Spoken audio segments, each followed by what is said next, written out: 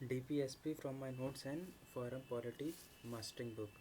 सो DPSP article 36 से 51 तक हैं और पार्ट 4 में है and they are taken from Irish जो कि कॉपी किया था स्पेनिश का। और आर्टिकल 36 में जो टर्म एस्टेट है in part 4 has the same meaning as part 3 dealing fundamental right, ठीक है ना।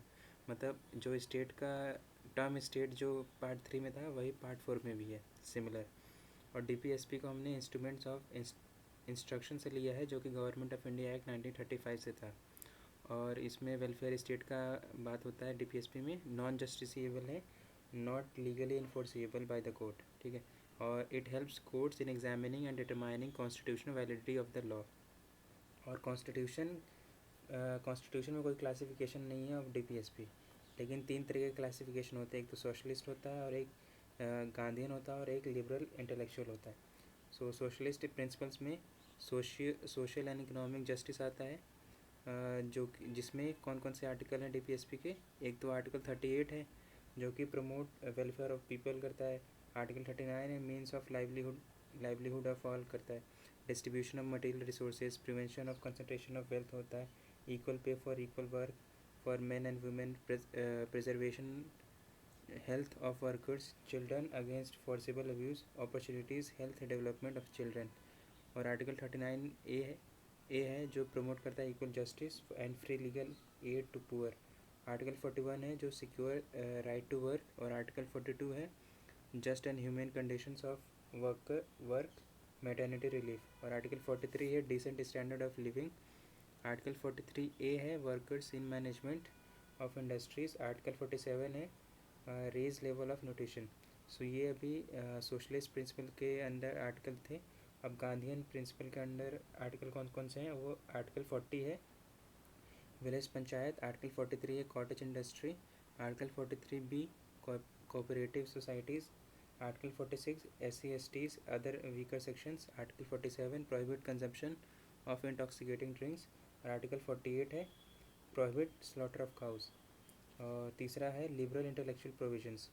इसमें कौन कौन से आर्टिकल आते हैं, आर्टिकल 44 जो uniform civil code. Article 45 early childhood care and the education until 6 years। Article 48 organize animal husbandry and agriculture. Article 48A protect environment. Article 49 protect things of national importance like monuments.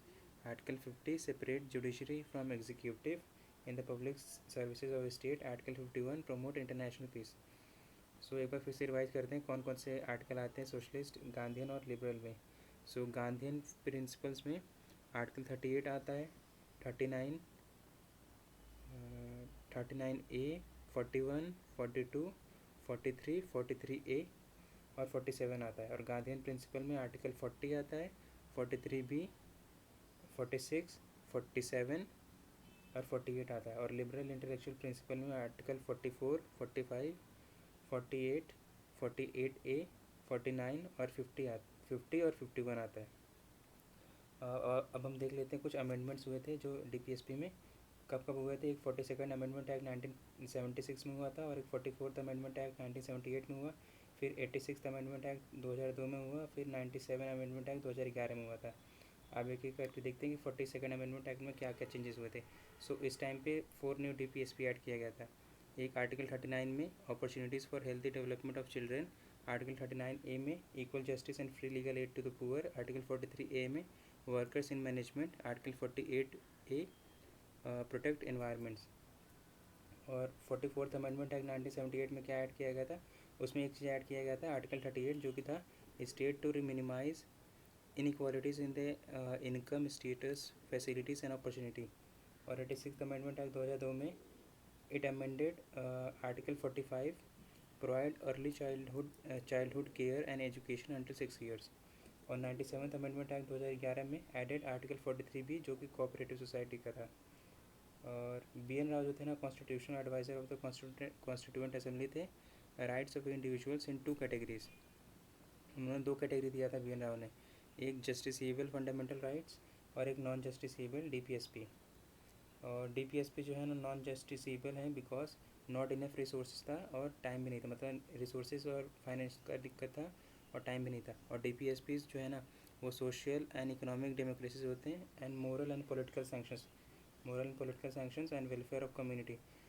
वहीं fundamental rights are political democracy, legal sanctions and welfare of individual. अब हम देखते हैं कि democratic DPSP outside part 4 कौन कौन से हैं। तो एक तो है, पहला है claims of SC/STs to services, दूसरा है इंस्ट्रक्शंस इन मदर टंग, तीसरा है डेवलपमेंट ऑफ हिंदी लैंग्वेज। और कॉन्फ्लिक्ट, अब देखते हैं कि कॉन्फ्लिक्ट बिटवीन जो फंडामेंटल राइट और DPSP में था वो उसमें कौन कौन से सुप्रीम कोर्ट के केसेस थे। तो पहला था चंपकम दुराई राजन 1951, जिसमें फंडामेंटल राइट को इम्पोर्टेंस दिया गया ओवर DPSP। दूसरा था गोलकनाथ केस 1967, जिसमें फंडामेंटल राइट्स को अगेन DPSP से ऊपर रखा गया।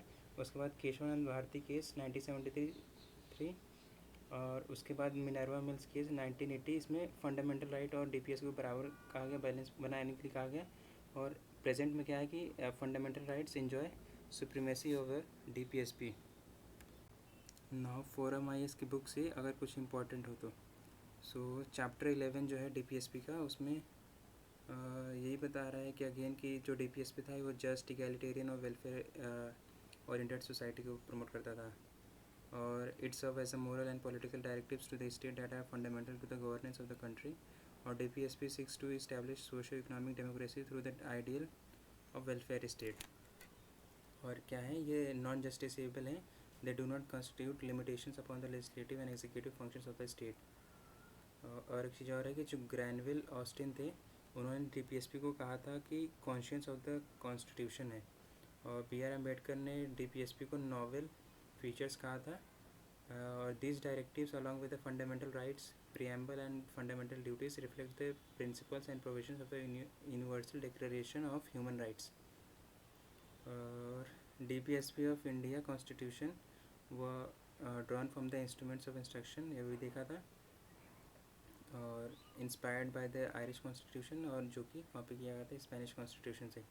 और सप्रो रिपोर्ट 1945 में 2 कैटेगरीज था, एक तो इंडिविजुअल राइट्स जो कि जस्टिसेबल है जो फंडामेंटल राइट्स में, और अदर नॉन जस्टिसेबल DPSP है।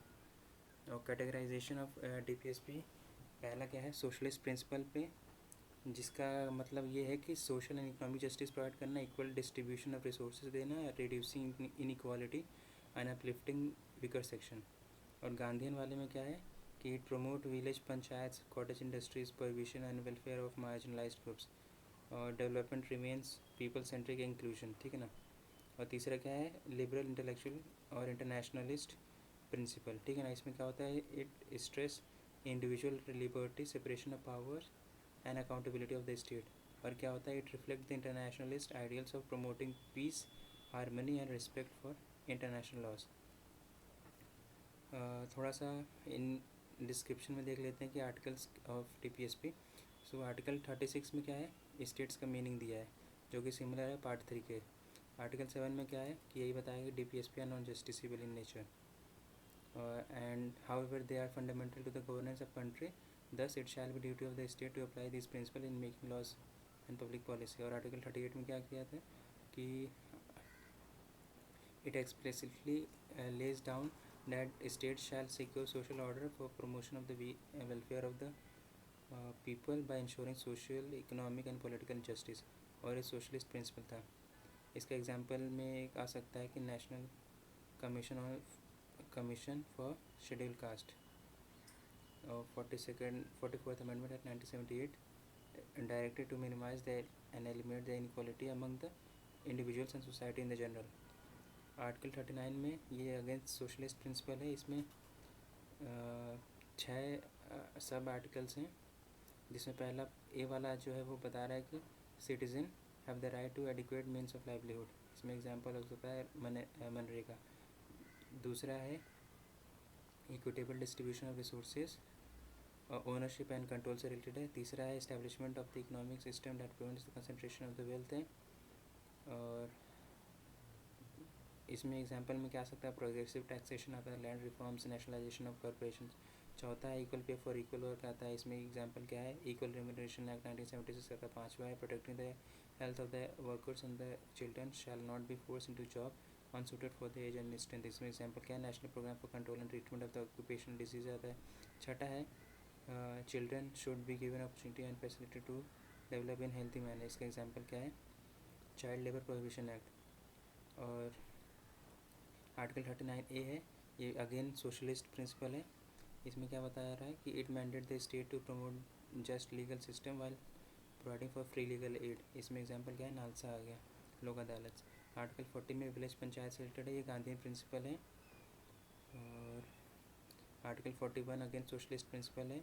और state shall secure right to work, education, public assistance in certain cases, unemployment, old age, sickness, disablement etcetera. इसका एग्जांपल क्या आ सकते हैं? मनरेगा, RTE, old age pension schemes, old age homes run by the state. Article 42 में it seeks to ensure just and human conditions of worker and maternity relief, ये again socialist principle. इसमें example code of occupational safety, health and working conditions 2020। Article 43 में ये again socialist principal और Gandhi principal दोनों हैं। इसमें जो पहला है वो क्या है? To ensure the decent standard of living and full enjoyment of leisure, social and cultural opportunities. The state shall ensure living wages etc. for etc. for workers। इसका एग्जांपल मिनिमम वेजेस एक्ट आ गया। दूसरा क्या है? It also seeks to protect promote cottage industries on the individual और cooperative basis. इसका example KVIC हो गया। और आर्टिकल 43 है जो कि अगेन सोशलिस्ट प्रिंसिपल है। इसे ये क्या बताता है? It seeks to secure the participation of workers in the management of industry. Example code on industrial relations 2020। Article 43B है जो गार्नियर प्रिंसिपल है, ये बताता है direct the state to promote the cooperative societies by facilitating the formation, functioning, democratic control and management. इसका example cooperative societies act by states. Article 44 liberal intellectual principle है, ये क्या बताता है कि the state must endure to secure the uniform civil code for its citizen, striving to establish a uniformity of laws in personal matters like marriage, divorce, maintenance, succession and adoption। और इसका example क्या था? उत्तराखंड ने first state बना जो UCC को enact किया। Article 45 again liberal intellectual principle है और इसमें क्या है? It attempts to ensure early childhood care and education for children up to 6 years of age. इसमें एग्जांपल क्या है? बेटी बचाओ बेटी पढ़ाओ स्कीम। और इसमें एक और चीज़ है कि original directive to secure the free and compulsory education for all up to 14 years was amended by 86th Amendment Act 2002 and new fundamental right of education 6 से 14 years was added in Article 21A। और इसी में 10 इसके बाद से 10 along with the fundamental rights, fundamental duties schedule 11 and 12 and 7 DPSPs have bearing on education। Article 46 में article 46 Gandhian principle है। It mandates the state to promote the educational and economic interest of the SC STs and weaker sections and to promote them from social justice injustice. इसमें example women and EWS reservation, Eklavya model schools for ST, stand up India. Article 47 में दोनों principal हैं socialist और Gandhian. सो इसमें क्या है कि the state should make endeavours to raise the level of nutrition and standard of living and to improve public health. इसमें example है MDM, PDS, national health mission. और गांधीयन वाले में क्या है? It is duty of the state to prohibit consumption of intoxicating drinks and drugs except for medical purpose. इसमें example क्या था? Liquor ban policy by states like Kerala, Bihar, Gujarat. Article 48 क्या है? गांधीयन प्रिंसिपल है। इसमें क्या है? Organisation of culture, agriculture and animal husbandry for scientific lines like breeding and prohibition of slaughter of cows, calves and other milch and raw cattle etc। इसमें example क्या है? Green revolution, white revolution, pink revolution, cow slaughter banning laws in states like Gujarat. Article 48 है liberal intellectual principle है, ये क्या होता है? It mandates the state to protect and improve the environment and to safeguard forest and wildlife in the country. इसका example environment protection act 1986 है और wildlife protection act 1972। Article 49 है again liberal intellectual principle है, ये क्या है? Protect the monuments, places and objects of national importance from spoliation, disfigurement, export etcetera. इसका example क्या है? Prasad, pilgrimage, rejuvenation and spirituality augmentation drive, Hriday heritage city development and augmentation Yojana. Article 50 क्या है? Step shall be, ये लिबरल इंटेलेक्चुअल प्रिंसिपल है, इसमें क्या है? Step shall be taken to separate the judiciary from executive in public services of the state.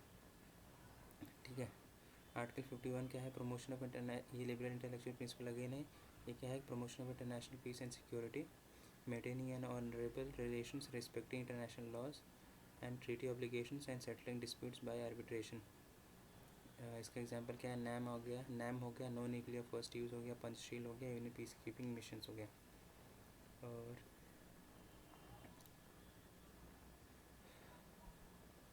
बाकी तो हमने अभी देख लिया है कि कौन कौन से अमेंडमेंट एक्ट में क्या क्या चेंजेस हुआ था। सो एक बार फिर से देख लेते हैं कि 42nd अमेंडमेंट एक्ट 1976 में आर्टिकल 39 को अमेंड किया गया। उसमें 4 न्यू DPSP ऐड किया गया था। आर्टिकल 39 में to secure the opportunity for healthy development of children, article 39A to promote equal justice and to provide free legal aid to the poor, article 43 to take steps to secure the participation of workers in the management of industries, article 48 to protect and improve the environment and to safeguard forest and wildlife। 44th amendment act 1978 में एक DPSP add किया गया था। Article 38 to minimise inequalities in income status facilities and opportunity. 86th amendment act 2002 में it made 2 changes. पहला था कि it change the subject matter of article 45। It now directs the state to provide early childhood care and education for all children until they complete the age of 6 years। और दूसरा क्या था, it made elementary education of fundamental right under article 21A। और फिर चौथा क्या है, 97th amendment act 2011, जिसमें एक और DPSP ऐड किया गया था, article 43B to promote voluntary formation, autonomous functioning, democratic control and professional management of cooperative societies. सो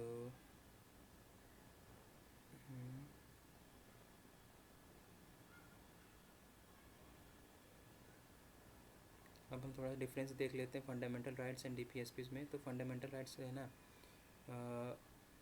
ये US कॉन्स्टिट्यूशन से बोरो किया गया था और ये ideal of political democracy and welfare of state बताते हैं, प्रमोट करते हैं। और DPSP क्या है, ये हमने आयरिश कॉन्स्टिट्यूशन से लिया और ये promote ideal of social and economic democracy and welfare of community और ये नॉन जस्टिसेबल है। और फंडामेंटल राइट जो है ना, negative obligations as they restriction on state place करते हैं। बाकी जो DPSP हैं they are not automatically enforced and require legislation for the implementation. और ये पॉजिटिव ऑब्लिगेशंस हैं as they require state to take certain steps.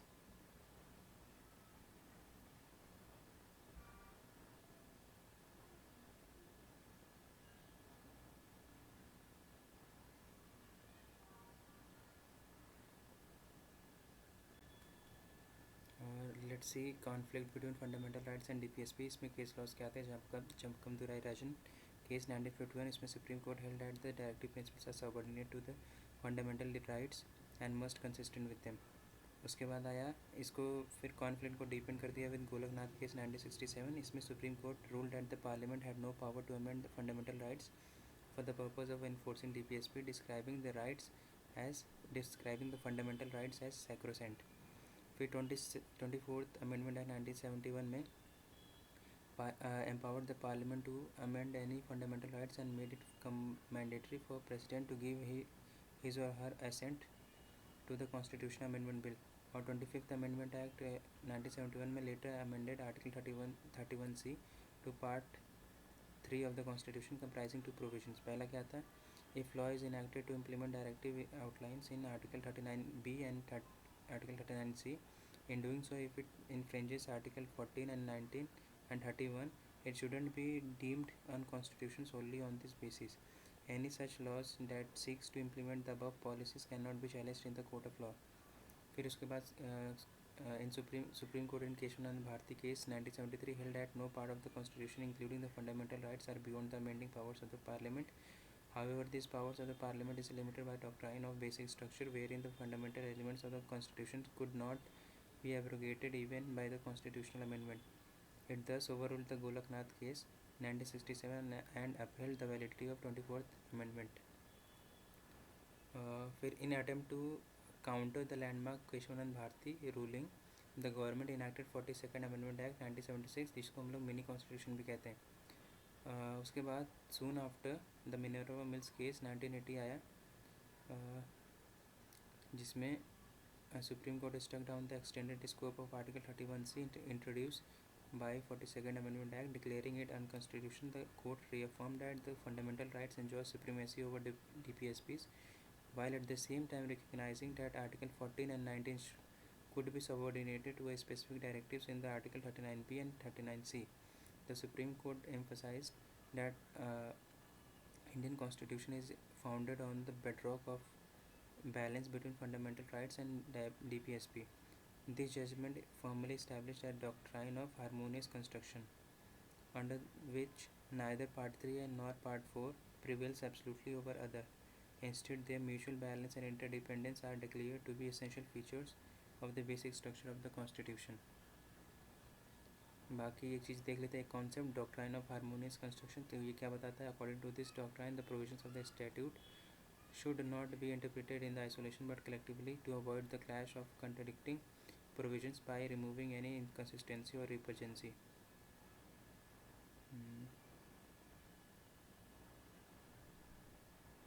बाकी कुछ DPSPs हैं आउटसाइड पार्ट 4, उसमें कौन कौन से हैं? आर्टिकल 335 वो क्या बताता है? It mandate the state to consider SC/STs for appointment in the government jobs at the union and state levels while maintaining efficiency in the administration. Article 358 है जो कि it directs the state to provide the adequate facility for instructions in the mother tongue at the primary stages. This facilities are to be made for children belonging to linguistic minorities group. This provision was added by 7th Amendment Act 1956. Article 351, it imposes a duty on the state to strive for promotion and development of the Hindi language so it can serve as a medium of expression of all elements of the composite culture of India.